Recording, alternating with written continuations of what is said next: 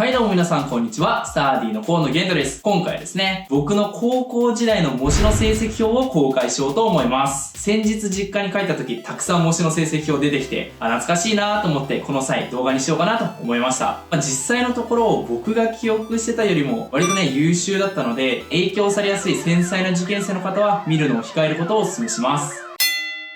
それではまず、高知の寸大全国模試ですね。英語が161点で偏差値 77.1、数学が198点で偏差値 86.1、国語が147点で偏差値 73.3 点、英数国総合で506点の偏差値が 86.7、順位としては8位ですね。高1の時からね、結構優秀だったんですけど、なんか面白いなって思ったのが、僕第一志望当時、東大リーチって書いてるんですよ。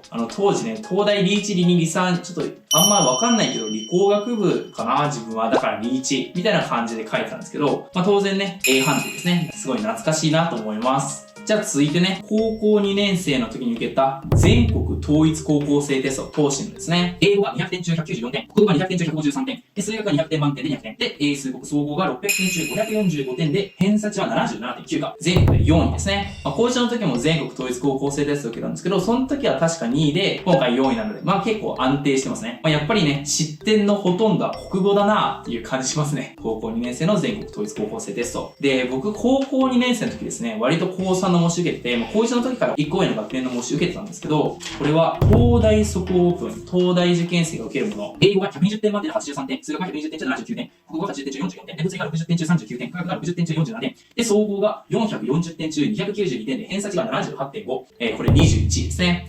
高2の時点で割と仕上がってないなーっていう記憶があったんですけど、普通に理3 A 判定でしたね。割と余裕を持っての A 判定ですね。ぶっちゃけですね、高2の時点でもうなんか理3受かりそうだなっていうのは、模試いろいろ受けてる中で結構あったんですよ。高2の時点で高3の模試受けて A 判定連発してたので、さすがに落ちないかなっていうのはちょっと薄々感じてたっていう感じですね。はい。じゃあ続いて高3の模試。これは第1回寸大全国模試ですね。英語が162点、数学が190点、国語が120点、物理が77点、空学が96点。で、総合が665点で、偏差値が 82.7、5位ですね。これも理3の A 判定が77以上で 84.2 なので、プラス 7.2 ですね。この模試は、科学が1位。96点で1位って珍しいですよね。こんな感じで、高3も相変わらず A 判定だなっていう、そういう感じでしたね。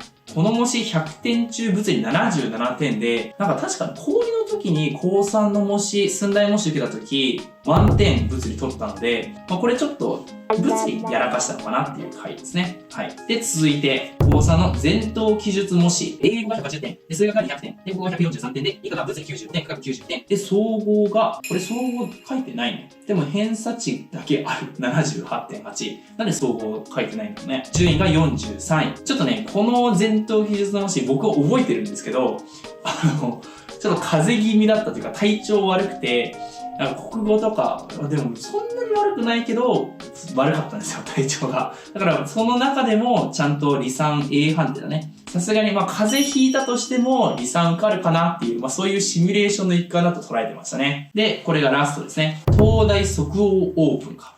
これは、英語が92点、数学が120点、国語が43点、物理が43点、科学が43点、で、総合が440点中341点で、偏差値が 82.8。順位が5位ですね。数学120点の回なんですけど、数学の試験で150分あるんですよ。で、だいたい150分ギリギリやって、平均的に100点は超えてたんですけど、この120点取った時だけすごい調子よくて、30分余ったんですよ。あれ全部解き終わっちゃったなって、周りもみんななんか頑張って、今回って簡単なのかなと思って蓋を開けてみたら満点全国で2人だったので、相性が良かったなっていうふうに思いますね。かなり余裕ですね。440点中295点で A 判定なんですけど、341点で、全国5位だと、それは A 判定ではあるんですけど、この下の数学のこの六角形、もう最大ですよね。この第一志望っていうのが、理3第一志望の人の平均点かなはこういう大きさなのに一番大きいところを取ってる。ね、学校の先生にも120点取ってるのをうちの学校で見たことないみたいなね、すごい褒められました。はい、そういう思い出もあります。あとこれちょっと見てほしいんですけど、これね、センター試験の模試の点数を見れて、これ日本史が100点中67点なんですよ。全国平均切ってるっていう。本当に学校の定期試験のためだけにしか日本史勉強しなかったんで、センター試験の日本史ボロボロでしたね。ということで今回僕の高校時代の模試の成績を公開してきたんですけど、結構良かったですよね。はい。でもまだまだ模試ね、たくさん受けてたんですけど、ちょっと成績をね、なんかまた出てきたら公開しようと思います。ということで、また次回の動画でお会いしましょう。